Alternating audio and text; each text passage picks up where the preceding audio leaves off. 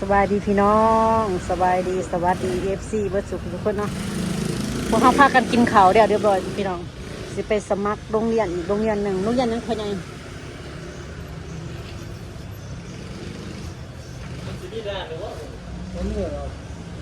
จักแหละ บ่เคยมีแต่ว่าพวกบ่เคยไปแล้วพี่น้อง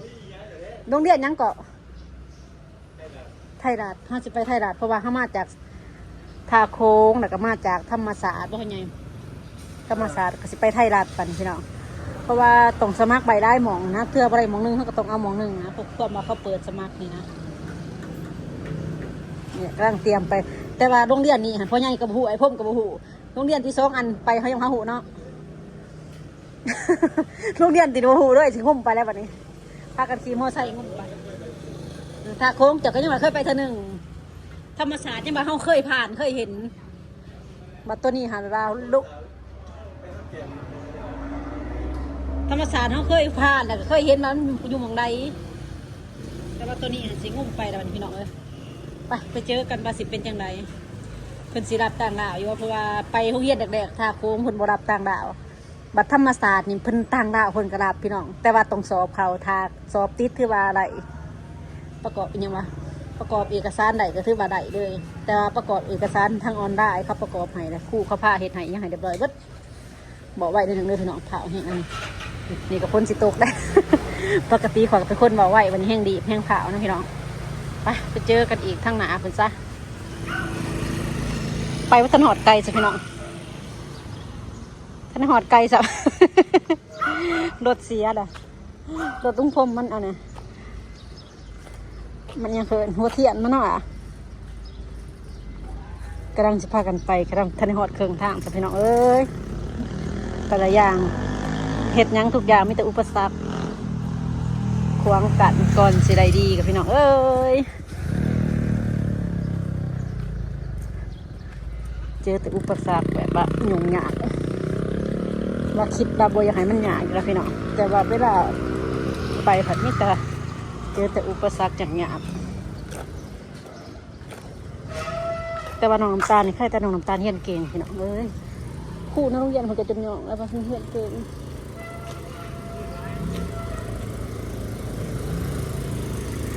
กระดังสิขึ้นม.1ไปสอบไปได้หมอกไปนะสมัครไปได้หมอกเนาะ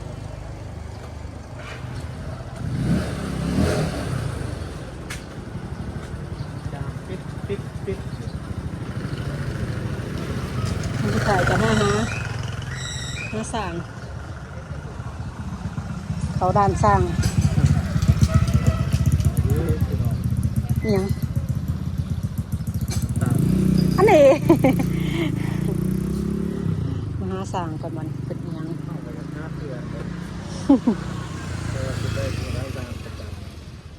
ของเฮากับแบบน้ำมันคือมันตันนะโดดตืดจุดขึ้นคือมันตันเลย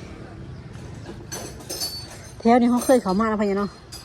เคยเขามาแถวแบบว่าของเซาเนาะ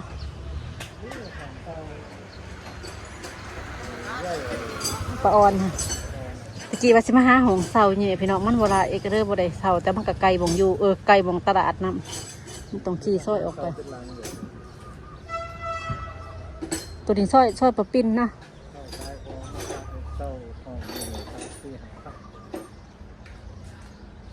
เซาเห็นยังไง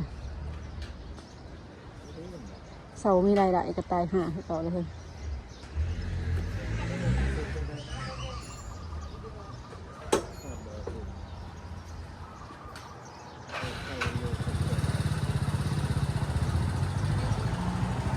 แถวนี้เป็นห้องเซาเวิร์ดแต่แถวนี้รังตลาดไทยได้นี่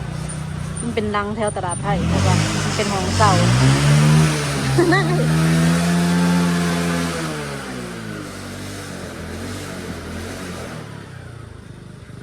ควันกลุ่มพี่น้องเลยควันกลุ่มดีเ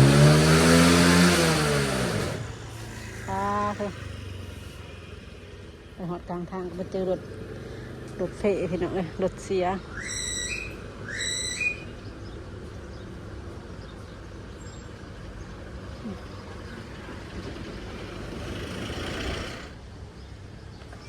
กระโถด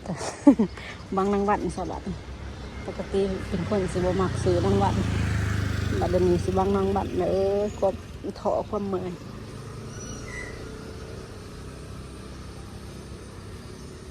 พี่น้องเจอกันหมดเดียวคนเนี่ย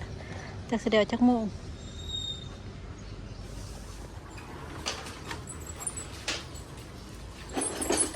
เรียบร้อยเบิด200 กว่าบาทตามรถกับพ่อใหญ่โอ้ก็ตกจัง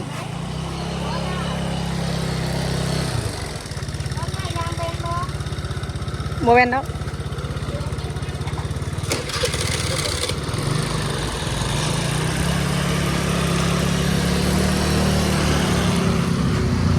ลุยต่อฝนสิโตห้ำมาจากฮะ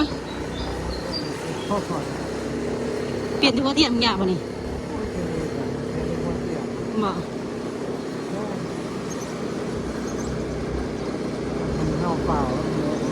เด็กที่ว่าห้าวเปล่าเพื่อนที่เราเป็นเขาแล้วต้องเขาเกิดเดียวครับ โอ้มันก็ออกมาหนีคือเก้าผู้ใหญ่มันสอดอยู่คือนั้นบ่สอดเนาะ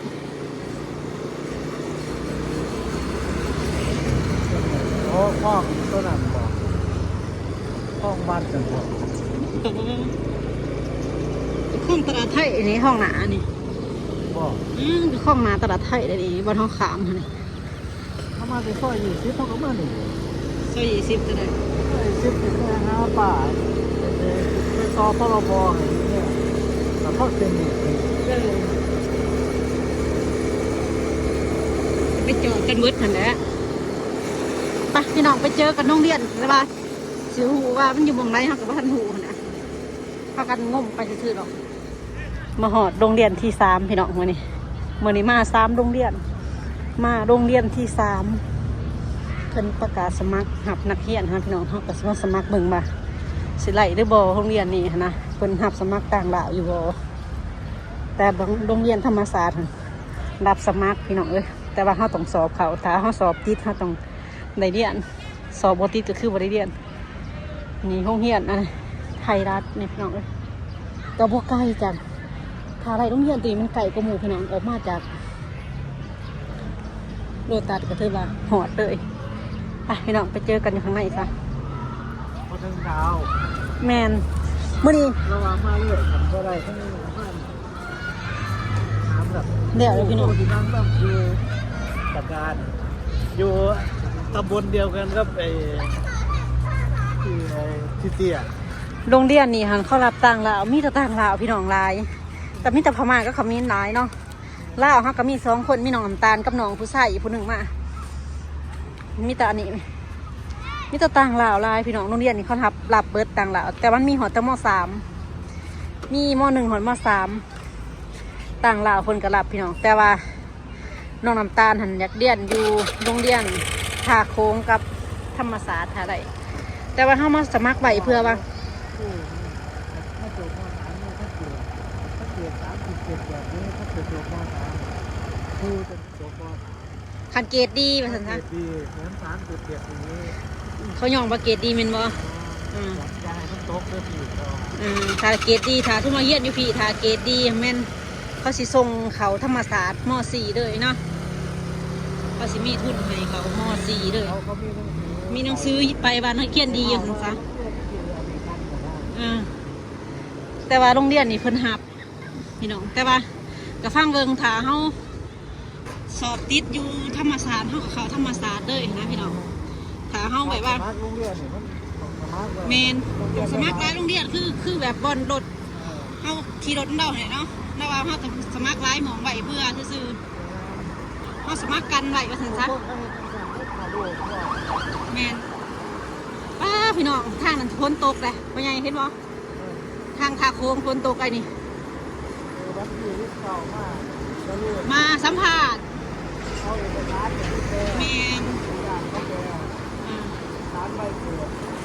เพราะว่าน้องน้ำตาลเกิดอยู่ลาวพี่น้องเพิ่นก็เลยให้เอาไว้เกิดลาวไปแปลเป็นไทยมาแมน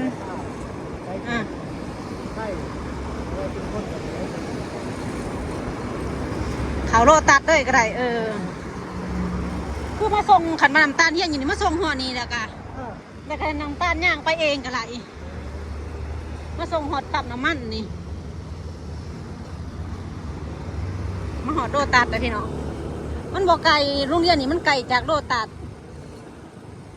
ไก่กับโดตัดหนึ่งไก่กับตีหน่อยดิบอลตีหน่อยบอลกินหันนะมือ FC แล้วพามาเรียงหันตีหน่อยฮะ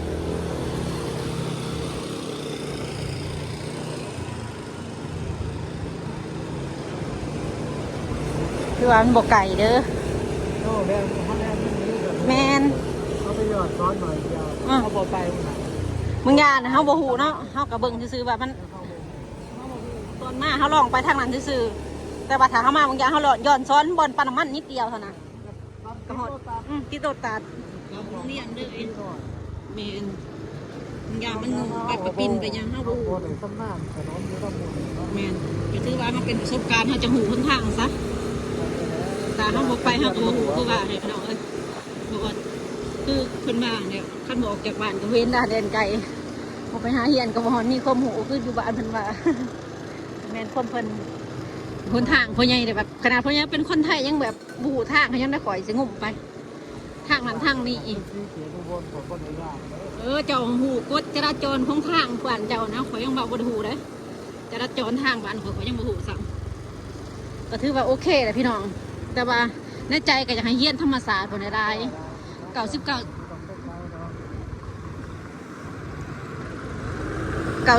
ก็เป็นอยากให้เฮียนอยู่ธรรมศาสตร์คนนี้แต่ว่าขันมันบ่ได้ก็อยากให้เฮียนก็เฮียนหนีกันถ้าคือตัวเลือกสุดท้าย บอกไปแรงมัน มันบ่ไกล ง่ายกัน ตัวเลือกสุดท้ายก็คือแบบว่าบอลนี่นะพี่น้องบอลที่เขาหับต่างดาวแต่ว่ามันก็มีอีกหลายโรงเรียนเขาหับต่างดาวค่ะมันก็ไกล ใจต้องรับเข้า ยังทาโค้งแม่นยังตัวเบาหันตัวเจะคล้าของรถเขาบอกเมื่อกี้มันเขา น้ำโคก สามโคกก็ไกลสามโคกคนก็หับต่างดาวแล้วก็โรงเรียนบัตรบางอย่างโรงเรียนยังก็ขันหั่นนะ ตามขัน คนก็รับคือกัน มันเรื่อยกันไปนิดเดียว แมน3 คันก็เลยไปอีกนิดเดียว แต่มาสมัครอยู่นี่ค่ะมีแต่บาเพิ่นว่าถามาสัมผัสบันที่เก่าก็คือว่าบริสอบพี่น้อง ก็ได้สอบบ ริสอบมาลงทะเบียนไว้แล้วก็มาสัมผัสมือวันที่เก่า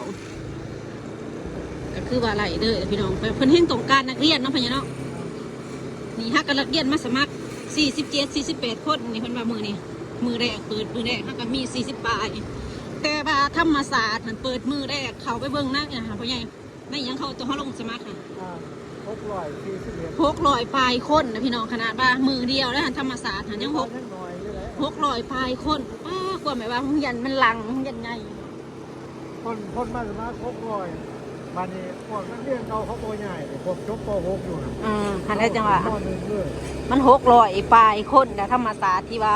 สมัครม .1 ค่ะแต่ว่าสมัครสอบแล้วว่ามันมานักเรียนท่านใดๆแล้วค่ะ เออ สมัครสอบเซยๆว่ามันมานักเรียนสีใดเขาเฮียนอยู่หันเพราะว่าเขาต้องแข่งสอบก่อนถ้าแข่งสอบไหลเขาจะจังบาไหลก็สิประมาณนี้เด้อพี่น้อง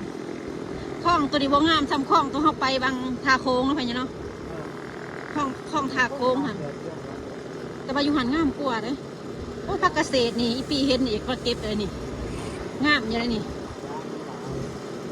พักเกษตรนี่งามอยู่ให้แคมคลองแคมน้องนี่แคมคลองนี่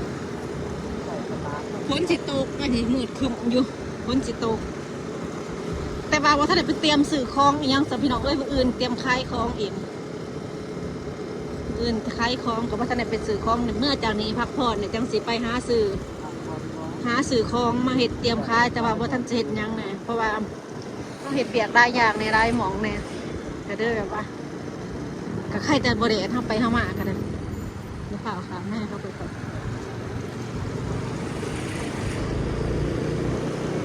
พอดีมาหอดไอร่าแป๊บเดียวบวไกลจากโรงเรียนเมืองยานี่มาหอดไอร่าแล้ว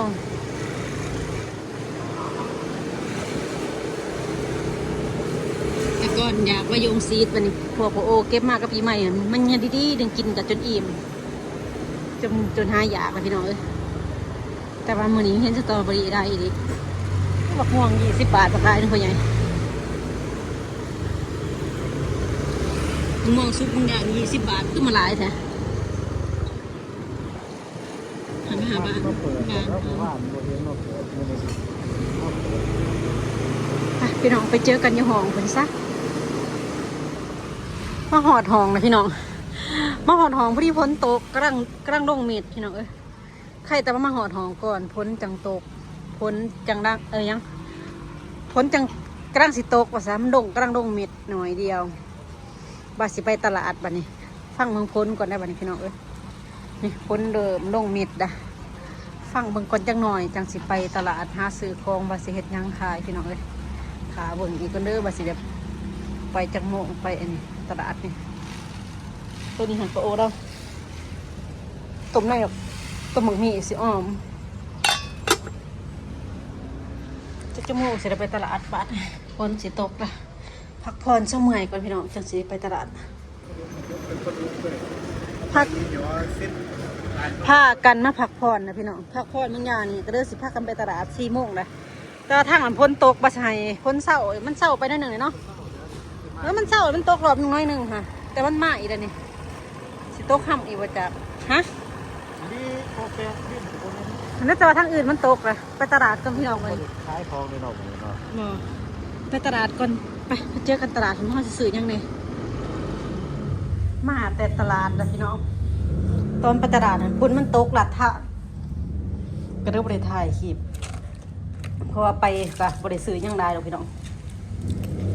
สื่อกระลำกับหอมกับแพงกำหนึ่ง60ก็ได้สื่อเครื่องกำมัน30แล้วก็สื่อกระลำหันกระลำกับผักกาดข้าว40แล้วก็สื่อปลาดุก2 โลเพราะว่าปลาดุกเป็นสิมุกปลาดุกกับขันพักรองแล้วก็เห็ดเนื้อคือเก่าพี่น้องซื้อเนื้อน้อยนึงซื้อเนื้อ2 ด้วยเนื้อ2 ด้วยกับเครือในปนอื่นถ้าในกินเขาปีว่ากินบ่กินเขาได้แต่เว้นได้ เดี๋ยวว่าข้าวในก็ได้ กันกินเป็นบ่ล่ะ กินแต่กระดูกหมูนะบ่เป็นนะแต่มันบ่ได้แดดนะยังบ่ได้มันก็ ขับเยอะ ไปแล้ว กระดาว่ามีข้าวหุงเขาลืมหุงเขาวันมันลืมหรอกเพราะว่าเขากินข้าวหุงเสาร์เนาะ พี่มันใช่ไหมพี่ไม่กินหรอ ปีอยู่เนาะ เปรี้ยวจะได้อยากบ่ได้อยาก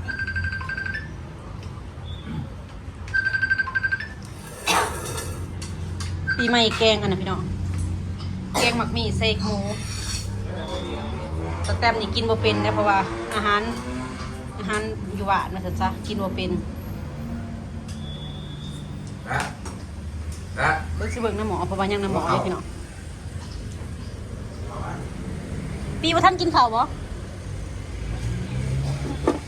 ท่านอยากคือกันกันนี่ครับแต่ว่าควบหอมหันตอมแกงหันป้าหอมหันหวนอยู่โอ้พี่น้องหอมอ่ะนะหอมหมักมีใส่กระดูกหมูข่อยหมักกินก็ข้าวหุงแน่นี่มากินก็ข้าวหุงบ่มากกับได้แต่พี่น้องไอ้คนกินก็ข้าวหุงเลยแซ่บสุดคันเป็นจังซี่ครับแต่ว่าพวกคนกินก็ข้าวเหนียว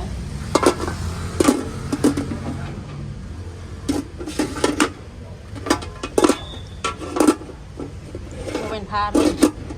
ตัวนี้นั่งตากใบตองอยู่เพราะว่ามันบริเอดซื้อใบตองมากมันกับบท่านเลยเหี่ยวอย่าหยกปันใดนะเพราะว่ามันขึ้นผลนะมันหากระเดดออกมาเนาะหากระเดดประมาณนี้ประมาณ4 โมง5 โมงเลยแล้วก็สิไปหั่นเนื้อก็มันพี่น้องทางคนก็กินข้าวสิหั่นเนื้อเตรียมของแล้วก็เตรียมมุกปลาสิได้จบคลิปเด้อพี่น้องขอบคุณขอบใจพ่อแม่พี่น้องที่เขามาติดตามรับชมได้เด้อสำหรับคลิปนี้ขอตัวลาไปก่อนเจอกันใหม่คลิปหน้า